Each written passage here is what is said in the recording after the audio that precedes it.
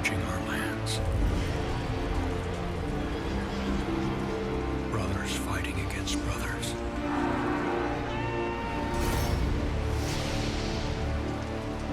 I need to stop this madness.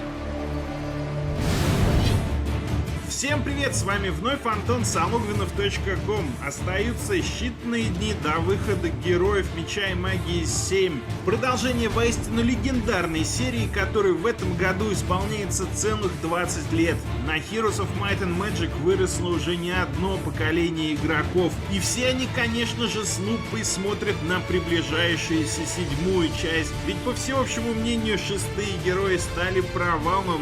И Ubisoft теперь предстоит взять реванш за прошлые ошибки и сделать всем поклонникам сериала настоящий подарок к 20-летию. И вновь сделать тех самых героев, которые сотни тысяч людей будут играть сутками напролет в ближайшие годы. Посмотрим, получилось ли у них.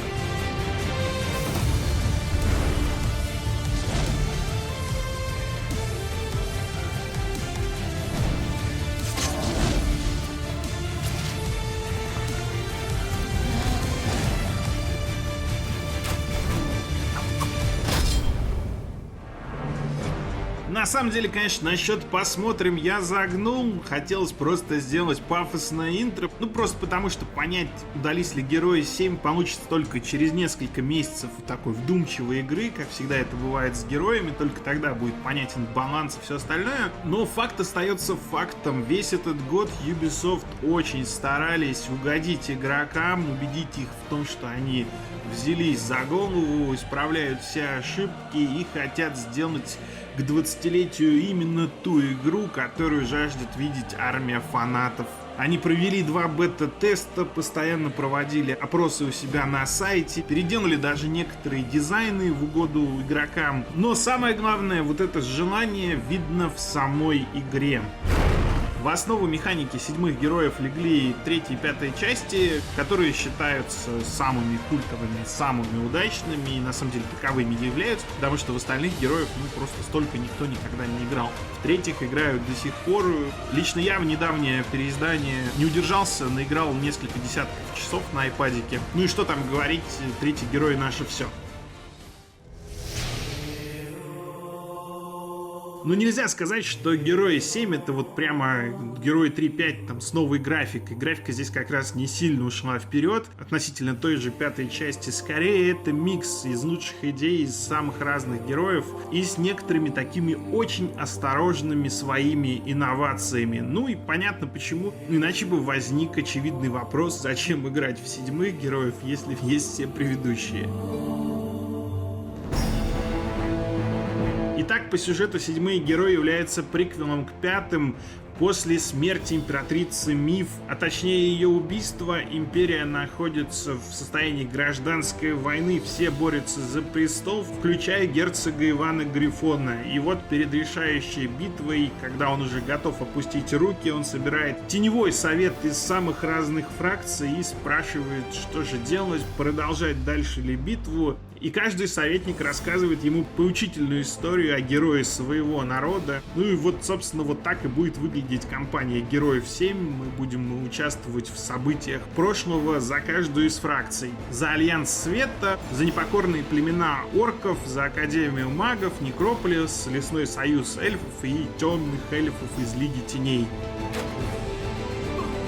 Всего кампании рассчитаны на 60 часов такого плотного геймплея, но, естественно, на них ничего не заканчивается. Есть скирмиш, есть редактор карт, про который пока что мало известно. И, конечно же, сетевая игра с онлайном, игрой на одном компьютере и в локальной сети. Во второй бете, а именно в нее я играл, никакой сюжетной кампании не было, понятное дело. Давали поиграть только в скирмиш и мультиплеер. Ну и, собственно, у меня они оставили довольно приятное впечатление. Как и раньше, мы управляем королевством, скачем героем по округе, захватываем шахты, собираем ресурсы, побеждаем бродячих мобов, строим новые здания, развиваем замок, нанимаем новых героев и расширяем владения.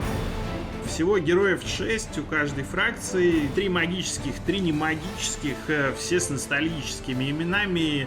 Одни из третьей части, другие из четвертой, из пятой. Ну и, в общем, это мгновенно создает такой особый уют. Еще дополняет картину классические звуки, когда там начинается новая неделя. И ты, в общем, в этот ностальгический геймплей практически мгновенно залипаешь, превращаешься в настоящего зомби и, в общем, не замечаешь, как пролетают часы.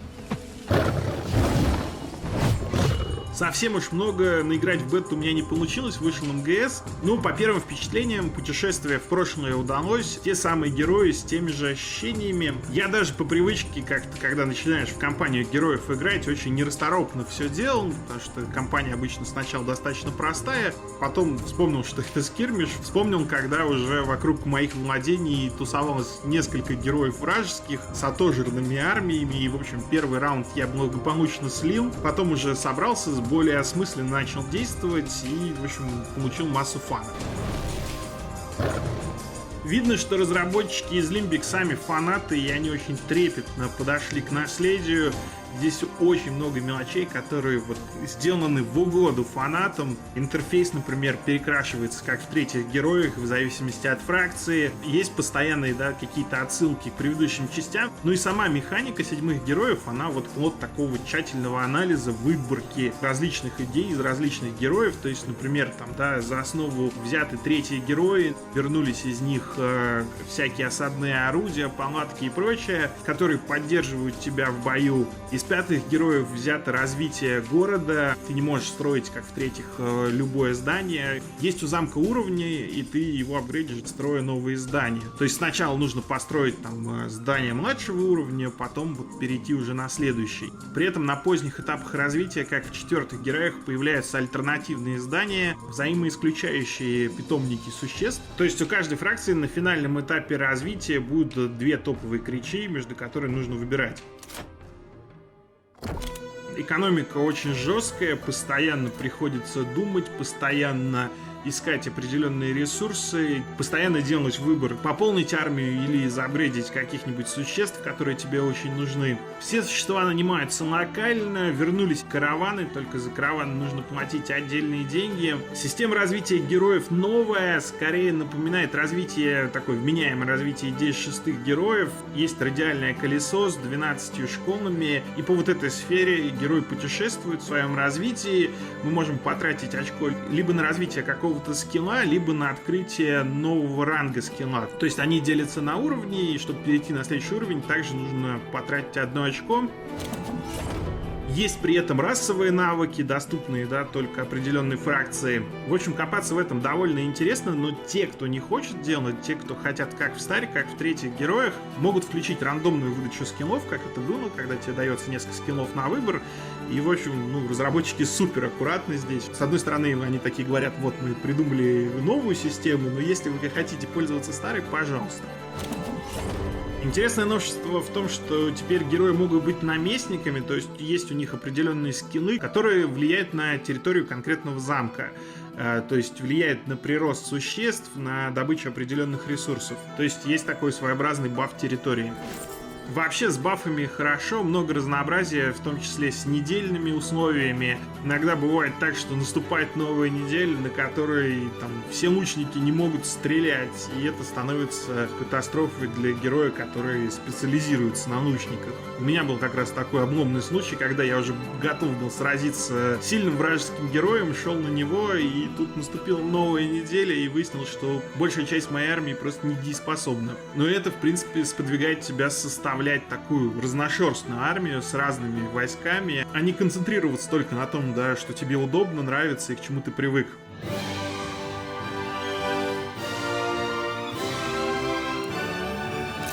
Что касается боевки, то она тоже порадовала, стала разнообразнее и жестче. Тут как раз есть нововведения, тоже такие очень аккуратные. Например, теперь учитываются тактические действия, да, заход в спину с фланга. Это грозит очень большой болью при игре на высоких уровнях сложности. И понятно, что АИ будет гораздо лучше рассчитывать ходы и ловить нас на бэкстебе. И, в общем, гораздо больше придется прибегать к хитрости единичек, когда ты от войска отделяешь одного воина, там, пускаешь его вперед, блокируешь проход противнику, да, чтобы он потратил на него свой ход. Кроме того, на картах есть разрушаемые объекты, укрытия, да, за которыми просто так существо не достанешь. Расовые фишки тоже очень хорошо ощущаются в бою, то есть прям очень четко отделяется стиль игры различных фракций, там люди постоянно бафуются, воодушевляются. Маги могут использовать гораздо больше магии нижнеуровневой, ну а у лучников все направлено на то, чтобы точнее попадать в цель и наносить больше урона.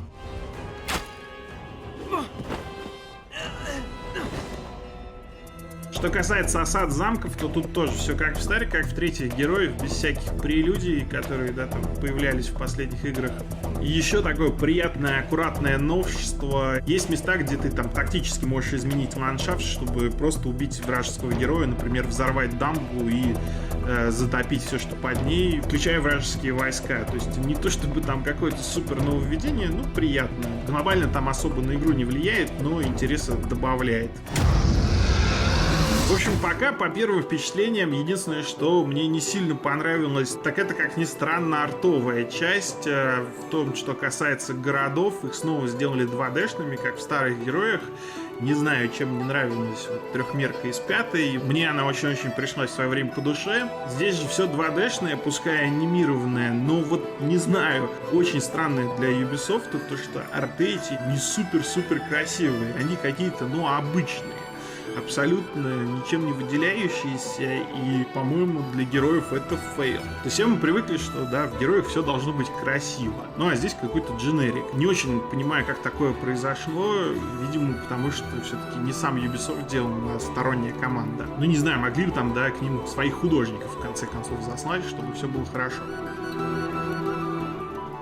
Еще, к сожалению, меня не сильно воодушевила музыка. Саундтрек, как раньше написали Пол Ромеро и Роб Кинг, великие люди, очень люблю их музыку, и они считают, что это их самый-самый лучший саундтрек вообще в истории. По крайней мере, так они заявляли в интервью. Ну вот, честно, с музыкой я хотел бы, чтобы они поступили так же, как со всей остальной игрой, то есть сделали такой микс из лучших частей героев. Ну, на самом деле, в героях всегда так было, то есть есть несколько гениальных треков в каждой части, которые ты определенно забираешь к себе в коллекцию, да, вот, а остальные, ну, не оставляют никакого впечатления. И вот здесь, ну, примерно так же. Есть несколько треков очень хороших, но вот все остальное не производит никакого впечатления. Ну и для тех, кому интересно, в саундтрек вернулся оперный голос Карин Мэшиган, которая, в общем-то, все эти годы, начиная там со своего 15-летия, присутствовала в саундтреке героев.